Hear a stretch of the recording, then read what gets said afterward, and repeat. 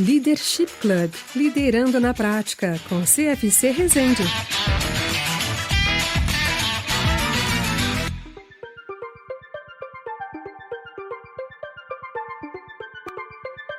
Fala pessoal, tudo bem? E aí, hoje eu tô aqui com um tema quente, o tema que tá na moda agora, tá sendo falado em tudo que é fórum, de C-Level até reunião gerencial, tá quente. E eu trouxe duas convidadas muito especiais, uma aqui pelo menos me falou que é ouvinte há muito tempo do Love the Problem, então só honra. E a gente tá aqui na trilha do Leadership Club, por quê? Porque são duas líderes, super sêniores, casca grossa, já viveram muitos cenários em mais de uma empresa aqui pelo menos, liderando, tocando iniciativas. Eu queria receber com muito carinho. Muito obrigado por aceitarem o convite. Patrícia, vulgo Pati, tá? Já vou aqui, né? Vamos setar logo expectativas aqui, que nem me chamar de Carlos Felipe, não, vira CFC, Pati. E a Carol, e eu não vou apresentar ela, porque ela sabe se apresentar muito melhor do que eu apresentaria. Então, por favor, Carol, posso começar por você? Se apresenta aí pra galera, os ouvintes aqui do Leadership Club, do Love the Problem. Maravilha, obrigada, CFC, antes de tudo, pela oportunidade de estar aqui com vocês. Você já deu spoiler aí, sou eu a grande fã de Love the Problem, é um baita privilégio estar aqui com vocês e participar desse momento. Bom, eu sou especialista em agilidade, liderando transformações ágeis há pelo menos 8 anos. Já tive algumas experiências aí, desde Scrum Master até, de fato, a compor um código de agilidade e liderar uma transformação ágil em uma grande empresa. E estou aqui para poder contribuir com vocês um pouquinho e falar desse grande tema que é produtividade sustentável e poder fazer essa troca aqui de conceitos e troca de ideias aqui com o CFC e com a Paty. Muito bem, já tivemos um spoiler, então não estamos falando de qualquer produtividade, sabe? Estamos falando de produtividade sustentável. Vai ter um tempero aí, mas antes da gente entrar, Paty, se apresenta pra gente, por favor, fala aí com os ouvintes. E aí, que baita responsabilidade estar com essa dupla aqui, CFC, conheço de casas antigas, me ajudou a mergulhar aí nesse tema de transformações, desde transformações culturais a digitais, então é um baita prazer estar aqui com vocês hoje. Sou uma executiva, uma líder de RH, já com 20 anos de currículo aí, muitas experiências diferentes e as últimas com muitos desafios atrelados à produtividade, eficiência, como conduzir melhor os times. Então esse tema é um tema que bate forte aqui no coraçãozinho, na mente, e eu gosto bastante de falar sobre ele. Então vai ser um prazer estar nesse trio aqui, nessa conversa. É um papo, no mínimo, acho que leve, assim. Eu adoro conversar com elas, sempre umas queridas. Vou puxar o tema aqui, né? Cara, produtividade, aí eu vou falar por mim aqui, né? Para esquentar o assunto, que começarmos. Produtividade, normalmente, quando é falado, tem a ver com ambiente de crise, tem a ver com mexer na última linha, no ponteiro de negócio. Normalmente ele traz o tema financeiro junto, ou pelo menos seja um motivador para que o assunto produtividade esteja em voga. Se a gente fala num cenário, pós-2022, juros altos, aí esse tema, né, recorrente. E vão trazendo os temperos novos. Só que acho que tem uma pergunta aqui que é muito chave, assim. O que vocês mais veem nas discussões que vocês já passaram aí na vida sobre esse tema, que é o mais comum de ser confundido, certo? Vamos conceituar um pouquinho aqui produtividade, só para a gente também colocar nosso ouvinte na mesma página? De que tipo de produtividade a gente está falando? Do que é o conceito de produtividade que a gente quer botar aqui na mesa? Quem quer começar? Vai, eu vou deixar aberto aqui. Por favor, vem aí. Bom, vou começar aqui. Acho que falar de produtividade passa também por dizer o que não é produtividade, né? Acho que um erro muito comum hoje no mercado é a gente ouvir muito sobre produtividade atrelado à velocidade, né? Entregar mais com menos recursos. E eu acho que tem um pouco disso sim, mas é importante que a gente lembre que a velocidade é uma consequência, né? E não uma causa. Então, quando a gente fala muito de produtividade, é como que a gente utiliza todos esses recursos dentro da organização para a gente, a partir de um foco, ter uma operação mais fluida e, a partir disso, a gente gerar resultados, às vezes, mais rápido, mas resultados mais eficientes. Então, acho que é importante a gente colocar a questão da velocidade, mas a gente lembrar que não é somente sobre isso, e é sobre todos esses organismos funcionando de maneira mais potente para que a gente chegue num resultado melhor. Vou já dar uma temperada aqui. Então, Paty, produtividade é controle? É conseguir garantir que tá botando dinheiro, né? Bota carne, sai salsicha, é isso? Não? Como é que é isso? Pois é, então eu acho que uma das coisas que a gente comumente vê é a produtividade vista como um problema mais operacional, como um problema que olha para qual é a cadência que eu tenho na minha esteira, qual é a cadência de entrega, quando na verdade a gente precisa olhar para a produtividade como um problema estruturante, como um tema estruturante, né? É olhar para o ambiente, se ele favorece uma tomada de decisão, olhar para a consistência do processo de priorização, olhar para a quantidade de camadas hierárquicas para a gente realmente chegar nesse processo de tomada de decisão, e aí sim a gente falar sobre um ambiente adequado para a produtividade acontecer, que é um ambiente onde você tem autonomia e responsabilização por parte do time, né? É clareza, é ritmo, é foco. Então acho que a gente vai falar um pouquinho mais à frente sobre esse tema e clarificar o que pode ser a produtividade. E ela vai ser conceituada diferente também, a depender da cultura de cada empresa. Isso é importante frisar. Muito legal, muito legal.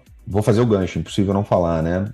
Pegar esse gancho da cultura. Cultura não tem cultura ruim ou boa, certo? Então, sim, existem empresas. Cultura é cultura, é o que tá lá, local. Tem empresas que vão ser mais controladoras, mas acho que a disciplina do ritmo e da conta e até da métrica é aquela coisa um pouco mais coisa de engenheiro, né? A gente brinca que é empresa de engenheiro. Então tem ali a vírgula, o lead time tem vírgula, para saber, porque sim, aqui a gente mede assim, tal. E tem culturas que são um pouco mais relaxadas, que a disciplina não é tão grande assim, mas que nem por isso deixam de não ser produtivas. Então acho que esse é um tema muito legal. Principalmente porque, aí vou pegar aqui o gancho, Paty, que você falou. Como uma liderança de pessoas, tem um olhar um pouquinho mais sistêmico, que eu acho que vocês estão introduzindo sobre produtividade, do que simplesmente olhar o beat o peão tá ocupado e gastando bem o meu recurso financeiro, o meu tempo aqui ou não. É menos sobre isso, certo? Certo, exato. Quando a gente fala de produtividade num olhar de pessoas, eu acredito bastante que é uma perspectiva sistêmica. Então, a gente não pode olhar para um desenvolvimento individual isolado, se o indivíduo produz mais, menos, se ele cumpre uma carga horária de X ou de Y, né? Hoje tem N ferramentas que acompanham, inclusive, esse tema de produtividade, mas é olhar para o resultado de uma construção de relações. Relações que elas permitem discutir interdependências de processos, problemas, resolução de conflitos, tomadas de decisão em conjunto, visto que quando a gente está dentro de uma empresa, nada funciona sozinho, funciona numa relação de interdependências. E aí sim, se você constrói essa capacidade relacional, você consegue, de fato, construir essa cadência nos times, gerar um ambiente de aprendizado contínuo e aí você vai atingir os resultados que foram previamente acordados. E por que a gente fala de resultados previamente acordados? Porque eu acho que um time precisa de norte, precisa de direção para saber o que produzir e quando entregar e como entregar. E a gente não está falando de data, a gente está falando sobre agregar valor e sobre se comprometer com entregas, porque o negócio precisa dessa previsibilidade, né? Então acho que é bacana a gente falar sobre essa construção de relações dentro dos times, por isso que produtividade está baseado em pessoas também, não somente em processos. Acho que já tem um gancho aqui que você colocou sobre o combinado não sai caro, que eu já curti também aqui. Isso aqui dá pano pra manga e a gente volta nesse assunto. Maravilha. Acho que a Paty trouxe pontos importantes e eu queria só frisar que quando a gente fala de produtividade, é importante que a gente tente sair do gerenciamento, do monitoramento das pessoas e sim do sistema. Olhar para o fluxo, para a fluidez do fluxo e como uma ideia ela chega até a entrega de valor e como é que eu otimizo todo esse processo. E é aqui que eu acho que temos a beleza da agilidade ajudando enquanto ferramenta para que a gente possa fazer isso. Quando a gente vai direcionando uma monitoria de pessoas, eu acho que a gente se afasta dessa questão da sustentabilidade. Boa. Eu queria explorar um pouquinho mais essa coisa da sustentabilidade, porque em vários clientes que a gente já passou, no final das contas, quando levanta a flag de sustentabilidade e a de produtividade, parece que elas competem entre si. É como se, não, ser sustentável é todo mundo na moleza, é todo mundo... Tem um greenwashingzinho, né, na coisa do... Traz o assunto de sustentabilidade junto, todo mundo diz que é muito importante, mas na prática não quer realmente colocar a pauta em jogo. E a produtividade vira um bicho de pega pra capar, é tiro, porrada e bomba, no bom português aqui, no bom carioquês falando. E aí, como é que a gente, nesse olhar, Carol, vai além de processo? Eu queria, já que a gente está falando de sustentável e a gente estava falando de cultura, deixa eu bater logo isso no liquidificador. Como é que eu boto esse elemento de cultura, de preferência de uma maneira que eu consiga mensurar? Porque o processo eu mensuro. Às vezes, aqui entre nós, eu reduzo o número de horas na esteira ou no fluxo de valor. Em teoria, isso vai gerar mais dinheiro. Então, eu consigo fazer essa inferência. Mas quando a gente fala de cultura, quando a gente fala de pessoas, normalmente a gente bota essa máquina de moer carne associada, porque a gente, né, imagina que como é que vocês conseguiram introduzir no mínimo tema, porque às vezes não é nem sobre medir, às vezes é gerar consciência nos lugares que vocês passaram e sair simplesmente dessa máquina de moer carne de processo de novo. Quem sou eu para ser contra o processo, certo? Defensor do lead time sem medido, comparado, a gente se olhar, mas e aí? Como é que vocês introduziram esse assunto, principalmente ligando a resultados aqui dentro do tema de pessoas e cultura? Perfeito. Acho que nas nossas experiências anteriores, acho que a gente sempre falou muito sobre o propósito. E a palavra propósito é uma palavra que às vezes é difícil compreensão, né? Porque a gente tem aí um mote no mercado para falar de propósito, mas acho que quando a gente fala propósito, nada mais é do porquê que estamos fazendo alguma coisa, né? Porque estamos colocando intenção e esforço naquilo. Então, na minha interação com a Paty aqui na nossa parceria, a gente sempre buscou muito falar para os times o porquê das coisas, o porquê estavam estabelecendo, então o porquê do método, né, para além do framework que a gente estava estabelecendo. E acho que gerar essa questão da clareza estratégica do que está sendo feito e para onde a gente está indo, ou seja, qual é a direção que a gente está tomando e o resultado que a gente espera, as pessoas se engajam naquilo porque compreendem aonde o seu esforço, a sua intenção está sendo colocada, né? Então acho que isso é importante da gente frisar. E a partir desse propósito, desse porquê, as pessoas começam a entender aonde a gente quer chegar, e aí as métricas ajudam muito isso, para além do processo. Como você falou, lead time, throughput, eu acredito muito nessas métricas e acho que dificilmente a gente vai abrir mão delas quando a gente fala de produtividade. Mas precisa ser além disso, a gente precisa medir também o engajamento das pessoas, a gente precisa medir o resultado de negócio, e acho que a congruência desses três pilares, né, negócios, pessoas e também processos, é o que vai trazer de fato essa visão de produtividade sustentável. Se olhar de maneira isolada, a gente vai ter um resultado, mas quando a gente fala de produtividade, a gente precisa olhar a relação desses três grandes fatores. É engraçado que quando você trouxe propósito, né, imediatamente me veio um executivo na cabeça. Quando a gente fala o pecador, a gente não fala nome, certo? Fala o pecado, pecador, não precisa de nome, pecador, mas CFC, propósito, aquela coisa para virar desculpa e o pessoal fazer o que quer. Ou, né, tipo, algo do tipo, é pra galera ficar fluffy e não falar do resultado na última linha e tal. Paty, não deve ter sido uma única vez que você ouviu coisas parecidas, sempre em muitas empresas atrás, certo? A gente tá falando de mais de 10 anos aqui, porque a gente não vai falar de nenhuma das experiências recentes aqui, certo? Imagina. Mas brincadeiras à parte, como é que você hackeou o sistema? Como é que você tentou, né, pelo menos introduzir o assunto e contrabalançar nessa experiência que você tem de vida aí? Eu acho que quando a gente fala de propósito numa mesa de executivos, não vai ser incomum eles olharem, principalmente se isso vier de uma cadeira de RH, e falar, ixi, lá vem aquele tema blá do RH, de falar de propósito, de engajamento, enfim. Então, acho que você tem que cruzar isso com a estratégia do negócio, você tem que cruzar isso com aquilo que é esperado e que vai impactar a vida do cliente na ponta. Primeiro, você tem que saber por que você está fazendo, e a Carol falou isso de uma maneira muito coerente, e depois você tem que preparar a tua liderança para cascatear isso com o time. Por isso que eu enxergo o líder como um fator crítico para que a produtividade aconteça. O líder, no final das contas, ele é um grande orquestrador desse sistema que a gente está falando aqui, né? Porque se ele volta para o time e se ele explica o porquê aquilo foi priorizado e o que se espera daquilo que foi priorizado, automaticamente ele gera esse engajamento, essa conexão com o objetivo, para a gente não falar com o propósito aqui, que vai trazer um resultado numérico na ponta e vai ser discutido na mesa executiva no final das contas. E explicar o porquê de uma prioridade ter sido escolhida não necessariamente vai ser aquilo que o time gostaria de fazer. E tá tudo bem. O time também tem que ser maduro o suficiente para aceitar de que existem decisões que vão ser decisões executivas, né? Acho que a gente não pode viver no mundo de Bob aqui e de Nárnia, enfim. Eu acho que Se você explica o porquê, você fortalece previsibilidade, você cria o espaço para os times serem autônomos e eles trazem os problemas cedo. Eles antecipam aquilo que pode ser algo que vai impactar a chegada daquele resultado esperado e eles começam a negociar naturalmente junto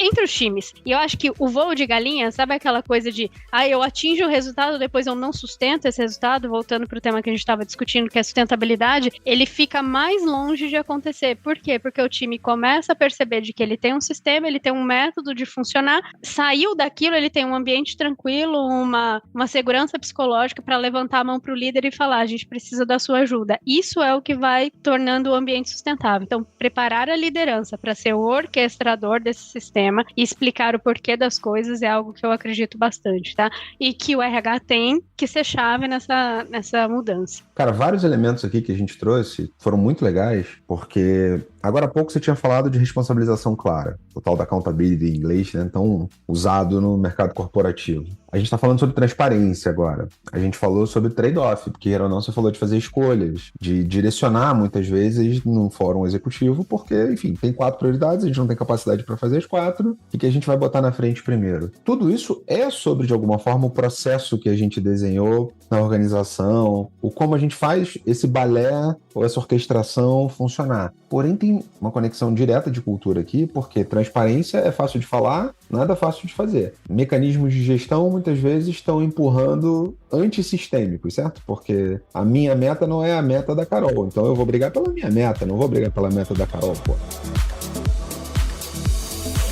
Vamos descer um pouquinho para processo agora e entrar porque é muito fácil falar de métodos ágeis, achar que isso é a bala de prata que vai resolver tudo. Mas eu sempre gosto de introduzir que métodos ágeis foram uma forma da gente começar a mexer no modelo de gestão de muita organização que era anti-ágil, não porque não usava uma cadeia de valor definida e rodava sprint, mas ela era anti-ágil porque ela não estava mexendo em vários desses elementos que atrapalham a agilidade. E aqui eu não estou falando sobre, né, tipo, agilidade é uma coisa que eu quero, entregar com menos lead time. Beleza, mas como é que você consegue fazer isso dando clareza, dando autonomia, alinhando? Paty, adorei. Botar na sala pra gente fazer um trade-off, fazer uma escolha e direcionar a galera para um lado, mesmo que não seja o que o time quer. Só que até para fazer isso já é difícil, porque o pau quebra, né? No Fomex, Direx e bote aí a sigla executiva que você quiser da vida. A gente sabe que se a gente conseguir fazer ali, a gente está protegendo os times no final, porque a gente está diminuindo a sobrecarga de coisas em paralelo para fazer. Então, como é que a gente consegue fazer esse processo, esse lado de processo, sem que seja simplesmente um Ctrl-C, Ctrl-V, que é uma burocracia disfarçada, né? Tô rodando o processo lindamente aqui. Eu sei que vocês já fizeram isso algumas vezes na vida, de ter que introduzir um processo novo, e inclusive pode parecer pesada no primeiro olhar, porque a gente está, de alguma forma, criando uma mini revolução dentro de como se fazia e tudo, mas vocês usaram para tentar usar outros elementos dentro dessa introdução de processos novos que faz parte. Mas para que isso realmente seja o sistema operacional que está rodando na empresa, não simplesmente vem aí a novidade do ano da nossa empresa que é instalar esse troço aqui, sabe? Vocês já viveram isso primeiro, né? Eu tô aqui falando como... Vocês já viram isso, certo? Não fui só eu. Queria ouvir um pouquinho de vocês. Como é que vocês conseguiram bater esse lado da cultura no liquidificador com esse lado do processo para, no fim, transformar esse processo em algo que dê mais clareza, mais autonomia, mais direção? Eu acho que quando a gente fala muito de método e processo, o mercado também já está um pouco saturado, né? Acho que muitas pessoas estão falando sobre isso. E eu ainda acredito que funciona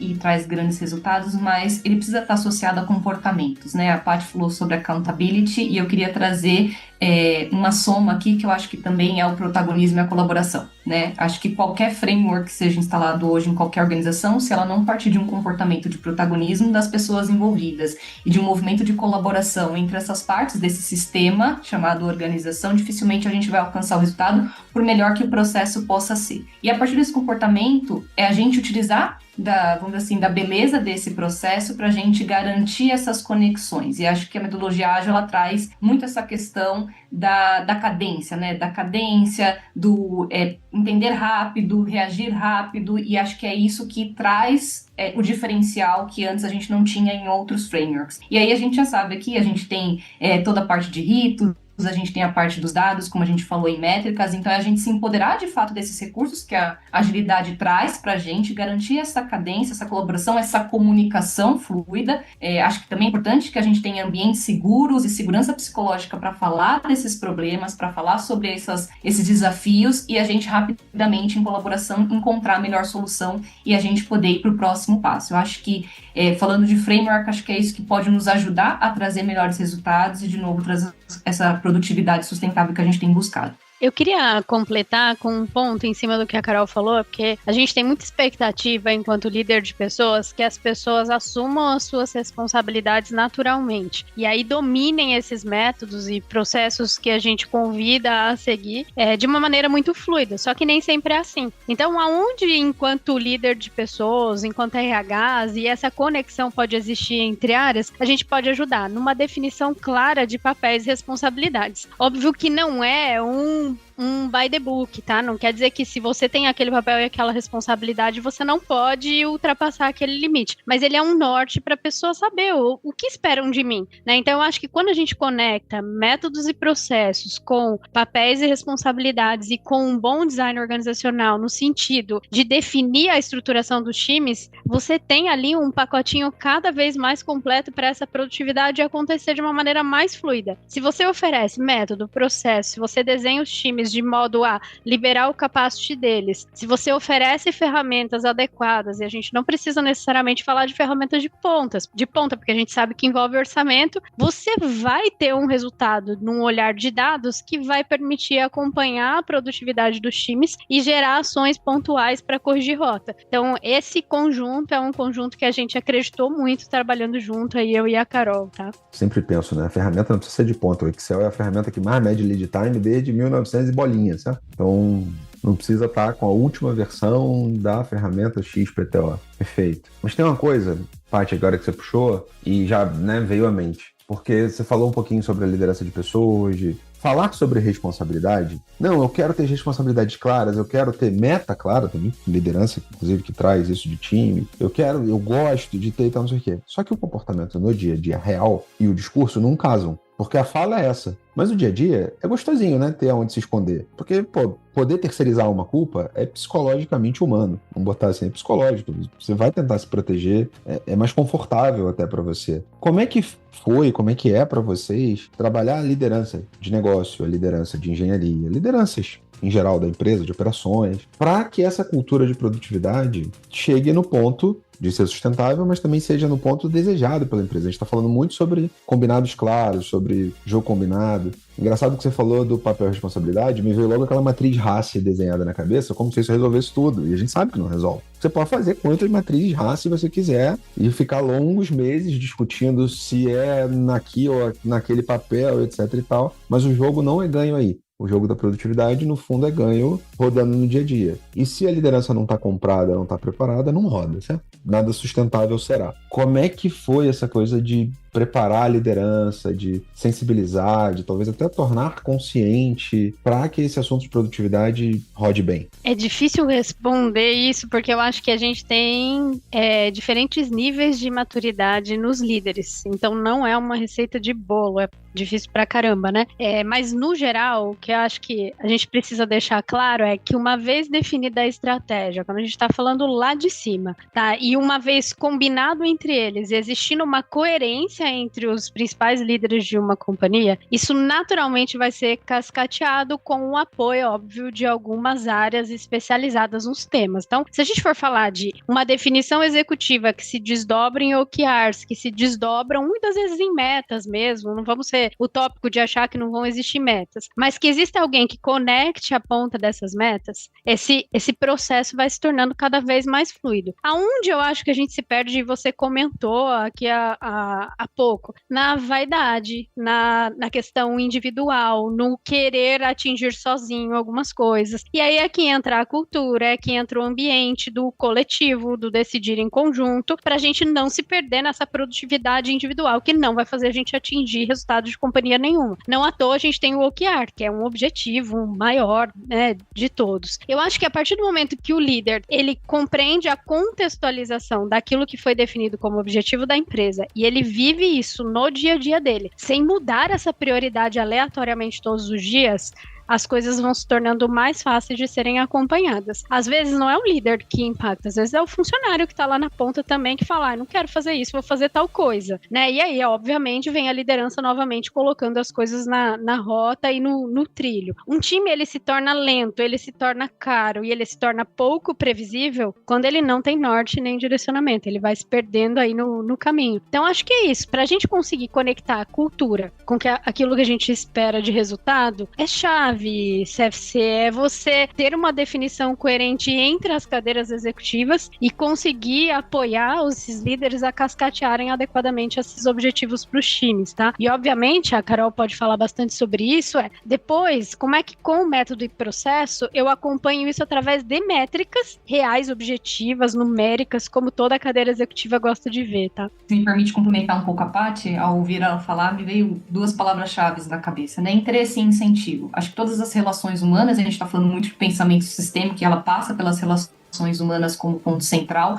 elas partem de um interesse, às vezes individual, às vezes coletivo, mas elas que estão mediando essas relações. Então, como dentro dessa leitura sistêmica organizacional, a gente consegue identificar quais são os interesses que estão mediando essas relações e como que a gente traz recursos para que a gente transforme cada vez mais esse interesse do individual para o coletivo, e aí quando a gente fala de agilidade, entre outros frameworks, a gente tem muitos OKRs aí como uma base fundamentada para a gente levar isso mais para o coletivo, né? E o incentivo também, né? Então, para a gente fazer essa transformação desse interesse do individual para o coletivo, quais são os incentivos que as organizações estão trazendo para, de fato, ter esse convencimento das pessoas e trazer esse engajamento delas para um objetivo em comum, né? E acho que isso passa muito por um conceito de flight levels também, que se isso não nasce do board executivo, se esse incentivo já não nasce dentro de um viés coletivo no board executivo, dificilmente esse cascateamento acontecerá dessa forma. Então, como é que a gente, dentro aqui de recursos humanos, né, dentro de RH, a gente traz essa influência para o board executivo, para que esse incentivo ele nasça de maneira coletiva,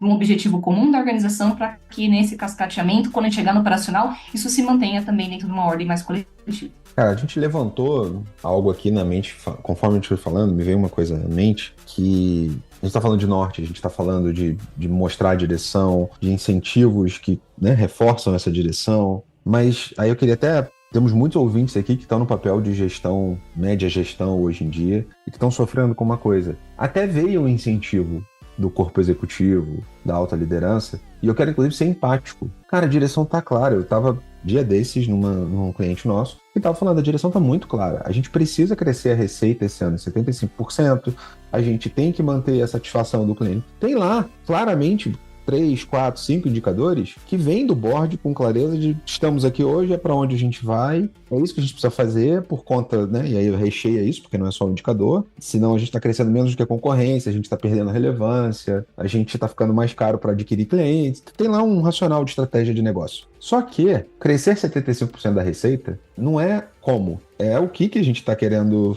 alcançar. E esse como ele precisa ser preenchido taticamente. E aqui, a gente estava falando de OKRs agora há pouco, né? Aqui é uma confusão que eu vejo acontecer muito, porque a responsabilidade que deveria ser desse corpo tático tá meio que um vácuo. Porque eu saio direto desses big numbers para os projetos que eu vou executar e que o Comex lá, o Direx, vai acompanhar. E fica um baita de um gap. Vocês já viveram isso, primeira coisa? Vocês já viram isso acontecer nos contextos de vocês? E como que vocês rechearam, digamos assim, esse vácuo tão comum da gente ver nas organizações e que no final das contas bate diretamente no dia a dia das lideranças, certo? Porque o que foi combinado é sobre entregar coisa X ou sobre mexer um ponteiro intermediário que vai aumentar a receita em algum momento, sabe? Como é que foi esse processo para vocês nos lugares que vocês passaram por aí? Pergunta fácil, é bom que a pergunta fácil, essa pergunta é tranquila. Super tranquila. E acho que não acontece só aqui ou aí, acontece na maioria das organizações, e quando a gente olha também para as notícias no mercado, parece que é uma constante, né? Essa média liderança, ela está sendo muito questionada nos últimos anos, né? Em questão de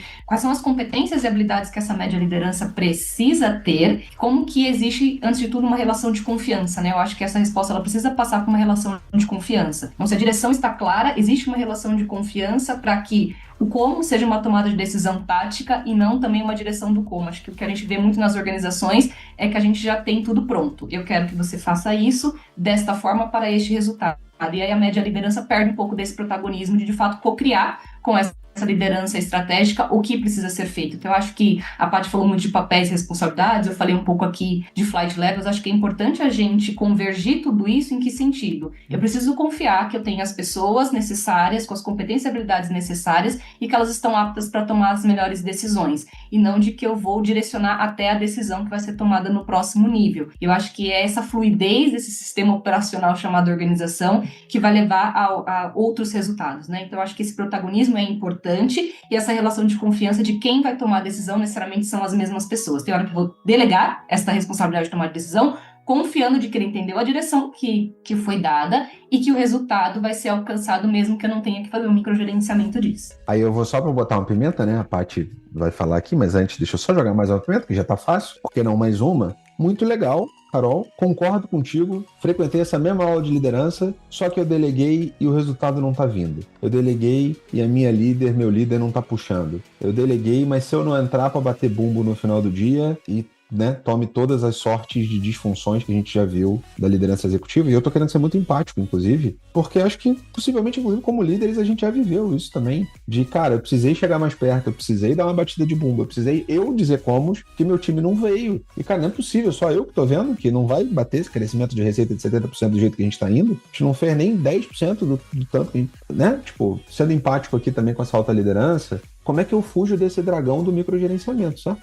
No final das contas é sobre isso que a gente está falando. Porque delegar, eu acho que quase todos os líderes a gente consegue convergir e concordar, até porque ele quer, o liderança executiva precisa olhar outras coisas, então faz parte. Mas tem um monstrinho, parece, do microgerenciamento que está muito bem instalado e que no final do dia, dá um mês, 2 que a gente teve essa discussão de microgerenciamento, não queremos e tal, não sei o quê, ele aparece e a gente é tomado por esse ser demoníaco de querer microgerenciar de novo. E aí? Faz fácil, né, Paty? Obrigado. De nada. É isso. Vixe, é gostoso, mas eu teria um monte de coisa pra falar, vou tentar ser bem objetiva aqui. E eu vou ser ousada, porque no final das contas eu vou falar sobre um tema mais técnico, né? Então, quando você diz que existe um hiato entre aquilo que é definido enquanto OKR e depois como o time vai executar isso, foi muito feliz as últimas experiências que eu tive, a definição sobre em que momento o time recebe a direção, em que momento o time planeja, que é o que a gente denominava como processo de upstream, e depois em que momento isso vai pro downstream. E aí,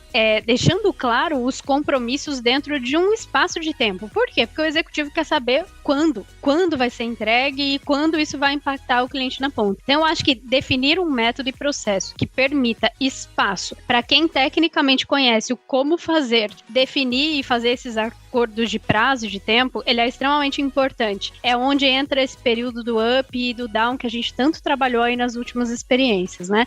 E quando a gente fala que, ok, definiu o período do up, o time foi lá, estudou a solução, apresentou um planejamento mínimo, ótimo. Mas e se ele não estiver executando? Muitas vezes isso diz respeito à estrutura que existe ali. Quanto mais distante a estrutura da liderança com a execução ela estiver, maior é o espaço de tempo para você descobrir que tem algo que vai sair daquilo que é planejado. Então, atentem-se, né, a como você está estruturado, a como você planeja aquilo que vai entrar para o seu downstream, para a sua esteira de desenvolvimento, para que isso realmente consiga refletir a ansiedade do executivo de ter o resultado na ponta, que vai, consequentemente, atingir o OKR, né? Então, acho que foi isso que a gente viveu aí nos últimos tempos e foi bem bacana, porque a gente saiu de percentuais baixos de produtividade para um aumento significativo aí durante o curso da aplicação desses novos métodos. E aí, tu vê aqui, Carol? Porque se você... E aí, para passar a bola para você, Carol, tem uma questão aqui de métricas que eu queria também já botar um tempero. Em que sentido? Quero aumentar a receita. Tá, mas como é que você vai aumentar a receita? Ou você diminui o custo, ou você aumenta clientes, ou você vende mais... Você, né, tipo, você tem que rechear esse como, queira ou não, começa nesse processo de upstream e em métricas que não são só as grandes métricas, os grandes números. Eu queria te ouvir um pouquinho sobre, inclusive, essa conexão, né, essa conexão tática, essa conexão de e-mail, de como experiências suas de sucesso ou até de dificuldade, de como conseguir fazer esse meio do campo fluir, ao mesmo tempo fazendo uma coisa que a Paty trouxe, colocando a responsabilidade clara na mão de alguém. Porque muita organização, ela quer criar quase que a figura do mini CEO, certo? Para determinados produtos, times, verticais de negócio, cada organização dá um nome. Mas no fim do dia, esse gap não tá preenchido. E aí ferrou, porque se patina. Você continua cobrando, tá, mas você não me entregou tal coisa que você prometeu. Às vezes a pessoa entregou 95% do que prometeu. Mas aqueles 5%, como era um projeto do diretor A, da diretora B,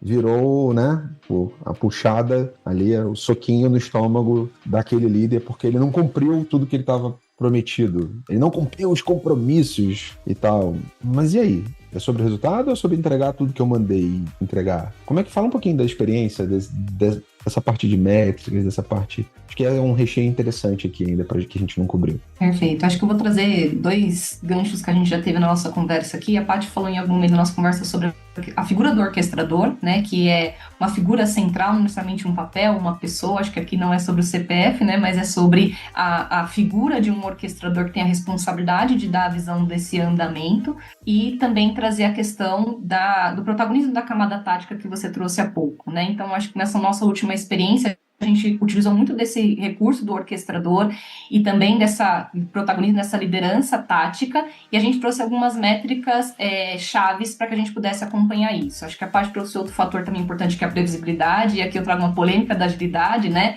Que a agilidade não tem data, não tem prazo. Acho que a gente só troca um pouco da palavra. A agilidade vai falar sobre previsibilidade de entrega. Então, a gente utilizou muito ali sobre a ótica do planejamento integrado para poder extrair junto com os times a previsibilidade dessa entrega. Então, sabemos qual a direção, sabemos quais são as demandas que, de alguma forma, vão garantir que a gente vai chegar a essa direção, a esse objetivo que foi dado pela organização, e a partir disso a gente converge num plano. E ao convergir nesse plano, a gente vai fazer o acompanhamento dele. Então, métricas chaves que a gente tinha era o acompanhamento do planejado versus o realizado, com bastante ênfase também se está entrando dentro desse sistema ou desse fluxo não planejados que podem interferir no alcance desse objetivo. A gente entender qual é a quantidade de trabalho também que está na esteira neste momento e versus a capacidade dos times, para a gente entender se essa conta fecha, e fazer acompanhamento cadenciado de tudo isso a partir do lead time, e uma vez entregue a gente voltar para o negócio e fazer também uma análise do resultado que isso está gerando após a entrega. Então a gente também falava muito sobre a questão da ativação de valor. Então, código entregue não necessariamente está ativado o valor, está na mão do cliente, o cliente está utilizando essa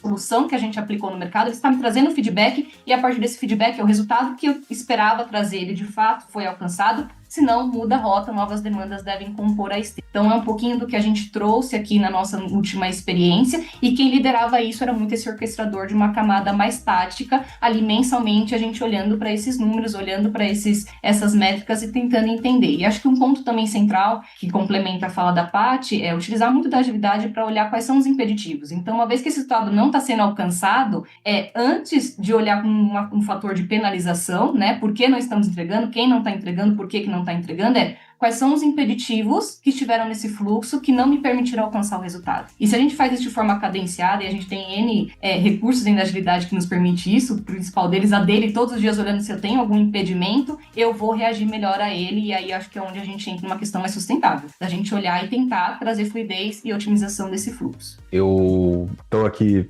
só, pensando. Legal. Então a gente tem responsabilidade clara, a gente coloca uma métrica tática, um conjunto de métricas táticas muito bem definido. A gente está construindo os elementos. Por acaso, isso também é design organizacional, certo, Paty? Você trouxe o tema agora há pouco e eu acho que é muito legal. A gente está desenhando esse modelo de gestão, de alguma forma, esse design organizacional. Variações de palavras aqui, mas que no final das contas desembocam no mesmo lugar. Aí vem um negócio, tá na moda agora falar, e eu brinco que dificilmente a gente consegue fugir muitos episódios gravados aqui sem tocar no assunto, que é a novo mote de produtividade. Tá na cabeça de 100 executivos. Agora, 100% dos executivos estão falando sobre IA. E que IA vai tornar boa parte do que a gente estava falando algo ultrapassado, algo menos importante. E a gente tem vivido no mercado agora quase que um olhar de redução da importância de processos, enfim, áreas, inclusive, de processos, produtividade e afim, focando em produtividade técnica. E aí, já que a gente está falando de produtividade sustentável, eu preciso trazer esse assunto aqui em pauta. IA é igual ao futuro da produtividade? IA vai realmente ser a única solução? Eu já estou sendo bem tendencioso na minha própria pergunta, certo? Estou sendo bem retórico aqui. Mas eu acho que é legal a gente trazer um pouco desse aspecto técnico da produtividade, que a IA resolve. Eu uso pra caramba GPT, eu uso pra caramba vibe coding, a gente usa e dá resultados incríveis. Mas tem uma dicotomia acontecendo. A gente tem dentro de um C-Level, por exemplo, experimentando, e eu ouvi essa semana, estava comentando aqui nos bastidores 2 vezes, eu estava comentando com a Paty e com a Carol, que eu vi 2 vezes a semana uma perspectiva válida. Um executivo gastou ali 2 horas, algumas poucas horas, experimentando alguma coisa lá, vibe coding, lá Lova, bolar, alguma coisa assim, e conseguindo produzir uma solução em 2, 3 horas que resolve um determinado problema da empresa. Ao mesmo tempo, ele olha e fala, cara, isso aqui é meu time, que é um time que tecnicamente eu acredito, que é um time bom, os caras já fizeram as coisas brilhantes, os caras estão me botando essa solução que eu resolvi em 2 horas para entregar daqui a 2 meses. Porra, esses caras não são sendo produtivos. E essa dicotomia, que no final das contas me lembra tanto os papos de anos 2000, né? Que era sobre agilidade ainda, mas agora sobre uma nova ótica e muito mais acelerada, a verdade seja dita, mas de horas versus meses para um lead time aqui. Eu preciso introduzir esse assunto com vocês, né? Como é que vocês estão vendo essas perspectivas, essas tendências de que produtividade igual a entregar em pouquíssimos minutos e quase que uma desimportância, uma redução de importância de uma série das coisas que a gente já veio falando aqui para uma produtividade sustentável? Queria muito ouvir, pegar a ótica de vocês sobre. Primeiro que eu acho que a gente está passando novamente por outro processo de transformação e eu entendo que essa é a única certeza que enquanto ser humano a gente vai ter. A gente vive mudando, transformando e a gente tem que ter uma adaptabilidade altíssima. O primeiro ponto é: não existe aplicação de IA sem uma base cultural. Se a sua cultura ela é confusa, desorganizada, se não existe minimamente algum processo, a IA vai ser tão desorganizado o uso dela quanto aquilo que você vive enquanto ambiente, tá? O que eu preciso resolver? O que eu quero resolver? A IA não vai substituir esse tipo de discussão. Então, precisa ainda ter no centro o que eu quero resolver, para que eu quero resolver, e aí sim, obviamente, a gente vai poder testar N tecnologias que tem. Então, a tecnologia continua, ainda que incrível ver as coisas que a IA pode fazer, ela continua sendo um meio, uma ferramenta e não o processo principal e central de estudo. Então, acho que a IA ela vem para potencializar a capacidade humana, liberar carga mental, liberar espaço criativo dos times para que a gente consiga oferecer soluções. Então, ela vai ocupar espaços de atividades táticas operacionais para liberar espaço para a gente pensar em coisas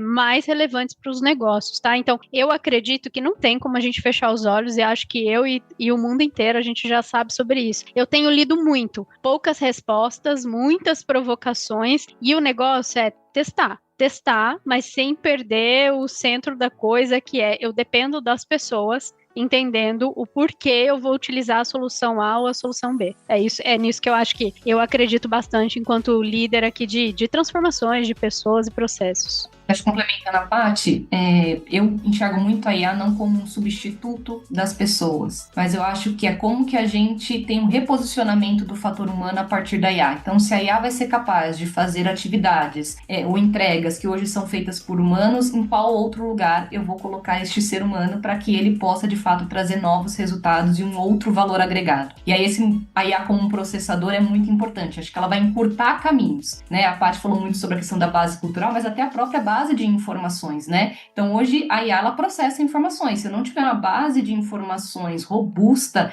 e bem organizada, possivelmente o que ela vai processar não é o resultado que se espera. E eu acho que isso é um ponto crítico também, porque faz a gente questionar de tudo que produzimos até agora, com qual qualidade que produzimos. Se a qualidade foi baixa até agora, possivelmente o processamento, seja ele feito por um ser humano ou por uma máquina, ele também será de qualidade baixa. E aí acho que também o fator humano, então, na ponta, né, no input dessas informações, mas também no output dessa informação, porque o fator humano precisa ser realocado dentro de um processo de validação. Tudo que for processado pela IA precisa necessariamente passar por uma validação humana até que a gente tenha maior confiança desse processamento. Então temos essa visão hoje, estamos nos posicionando como validador disso e a partir disso gerando novos insights, novas oportunidades, novas demandas. Eu tive recentemente num treinamento de uma grande empresa de inovação falando sobre IA e ela apresentou alguns dados que demonstram que a única habilidade humana que a IA não será capaz de substituir, nem hoje, nem no futuro, é a criatividade. Então, acho que esse fator criatividade ele vai ser o ponto central. O que é criatividade hoje para nós?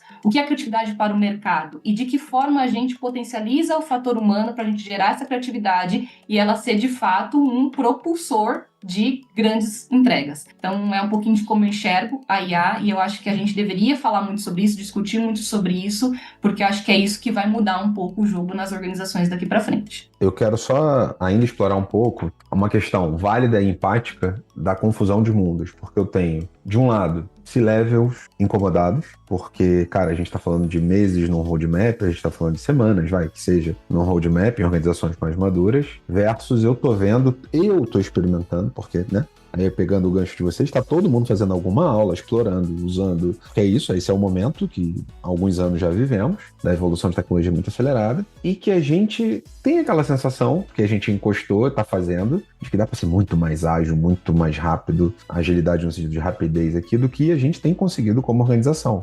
Tem tudo a ver com o tema de produtividade. Esse ato, ele está existindo. Tem aqui a tensão criativa, para usar o termo lá da quinta disciplina, entre a realidade percebida e a realidade desejada. Legal, mas e aí? Porque o tema é válido. Como é que a gente introduz, experimenta, inclusive garantindo alguns aspectos de produtividade sustentável que a gente trouxe aqui. A gente falou de processo, mas na hora que um executivo senta na sala, faz por 2 horas a solução, será que ele usou compliance com o código que a gente tem dentro de casa? Isso está em alguma ferramenta de controle à Gira da vida? Isso não... Certo? A resposta é não, é retórica aqui.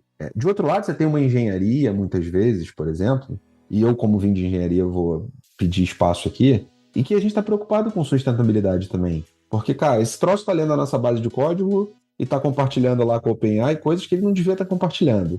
A gente está usando... Ou seja, questões de compliance, questões de sustentabilidade com o time, etc. As duas perspectivas são muito válidas. O lance é, do ponto de vista de negócio, uma pesa mais do que a outra. E o roadmap, a gente continua com lá meses de tempo de entrega. O que vocês têm ouvido falar? O que vocês têm experimentado? O que vocês viveram nas experiências recentes para tentar convergir um pouco esse gap? Porque ele é real, tá aí. Tem um buraco, tem uma oportunidade, eu diria, né? Pra gente, enquanto org designers, como pessoas de cultura, como pessoas que tocam processos, fazer. O que vocês têm refletido sobre, assim, para tapar um pouco esse hiato? Nos fóruns que eu tenho participado, ou nas trocas com outros líderes CFC, uma das coisas que eu mais tenho visto é que ainda existe uma indefinição sobre qual é o nível de governança que a gente precisa ter. Então, se eu for falar, eu vou falar de governança, problemática, ambiente que possibilita testar e errar, e depois a gente vai falar sobre escalar e ganhar essa produtividade esperada com a IA. Então, acho que definir uma governança mínima é um primeiro passo. Então,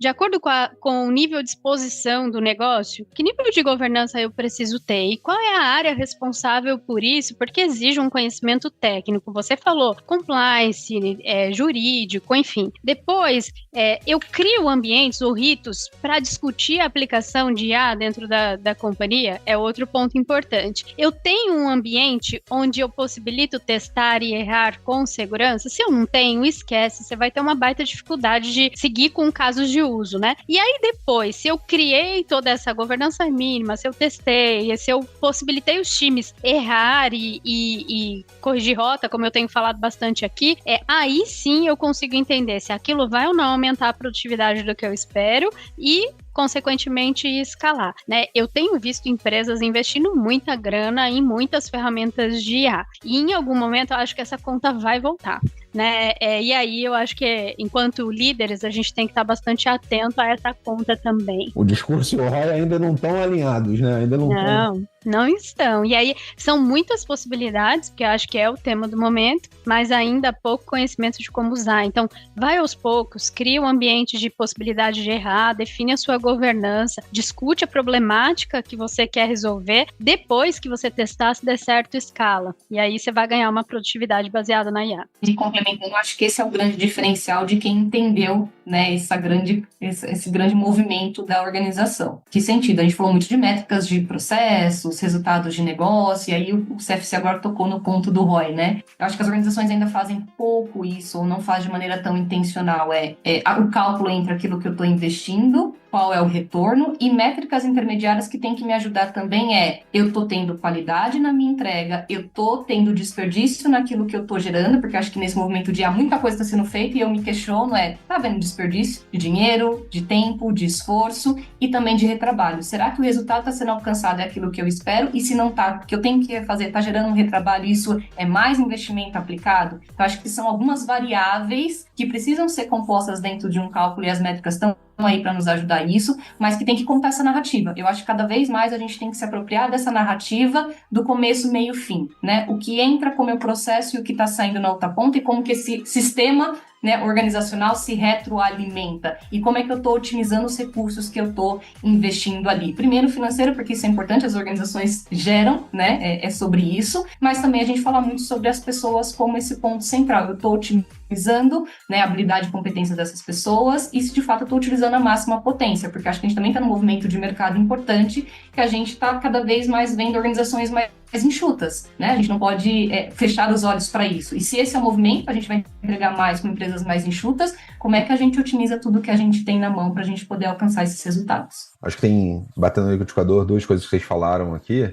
Como eu uso melhor o recurso e escalo, não necessariamente estão juntos, né? E escalar, botar 80% do meu portfólio hoje, do meu dinheiro hoje, investido em iniciativas de IA, por exemplo, em coisas que prometem revolucionar, talvez seja um percentual muito alto. Talvez a gente ainda está num cenário de 20% do meu dinheiro, eu estou topando perder. Eu vou botar fundo perdido ali num portfólio de IA, porque eu preciso estar experimentando. Não tem o mundo, se vai ser 20, se vai ser 30, não importa. Mas assim, tem um percentual relevante já do teu portfólio que deveria estar acelerando iniciativas e temas para a gente revolucionar, talvez, a forma como a gente consegue produzir. Mas o fato é, mesmo nas big techs, que estão fazendo movimentos de layoff e etc., e estão botando a roupa de que a produtividade da IA já fez meu desenvolvedor, por exemplo. Quando você olha o headcount global dessas empresas, ele não diminuiu. E esse dado é público. Então eu não estou falando nada que não seja público. Então acho que aqui fica um convite à reflexão para os executivos, para a média gestão que está ouvindo a gente, de que cuidado com o 880, certo? A promessa ela é real. Paty, adorei, brocou aqui, você entregou muito, porque escalar é uma coisa, estar experimentando é outra.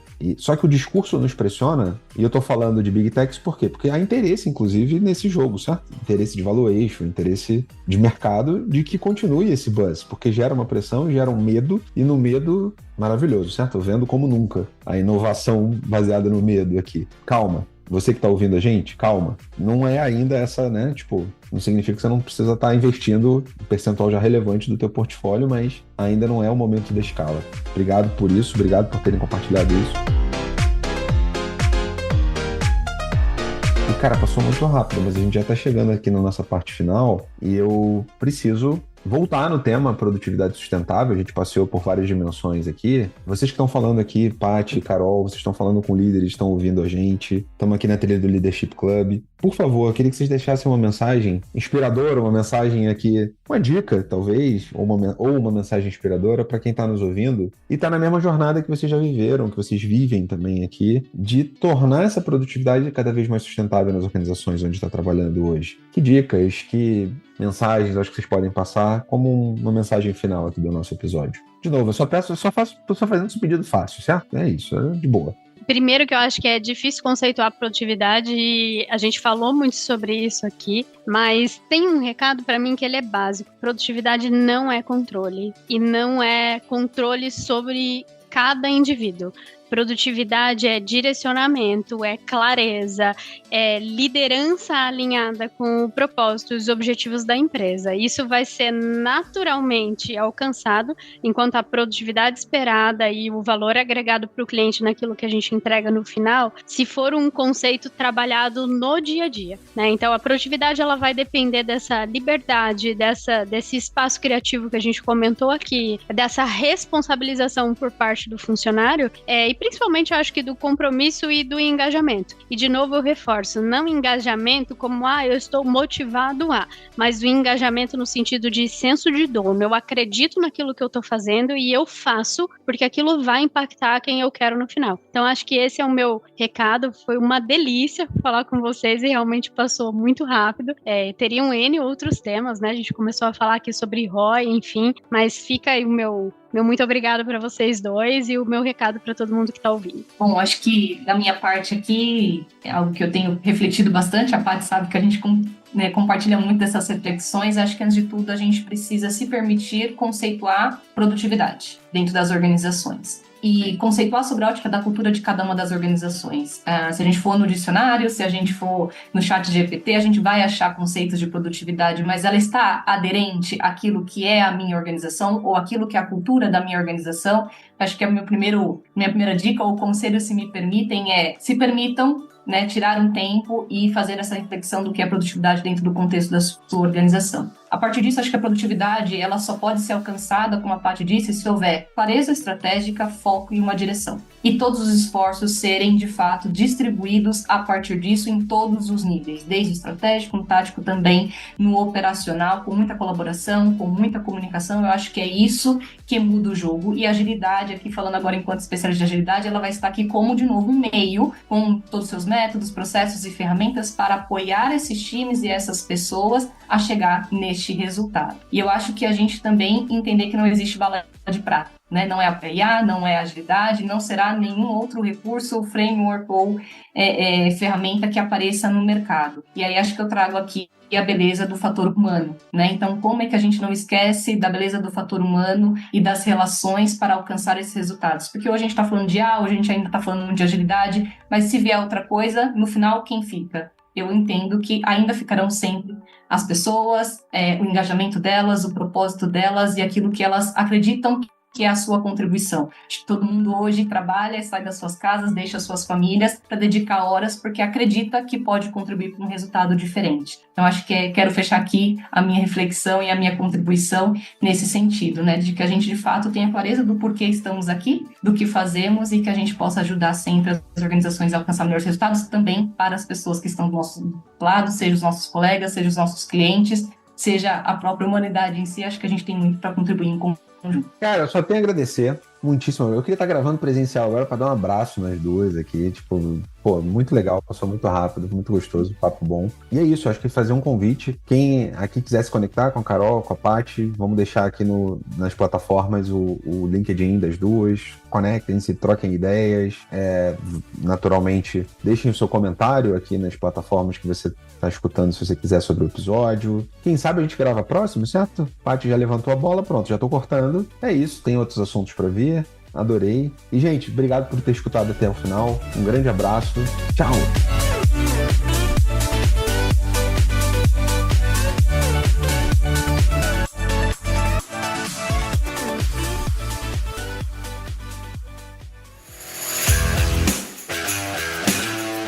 Este foi mais um episódio do Leadership Club com CFC Resende, no Love the Problem, o podcast oficial da K21 e Nowhere. Quer receber mais novidades sobre o Leadership Club? Se inscreva na nossa newsletter. Até o próximo episódio.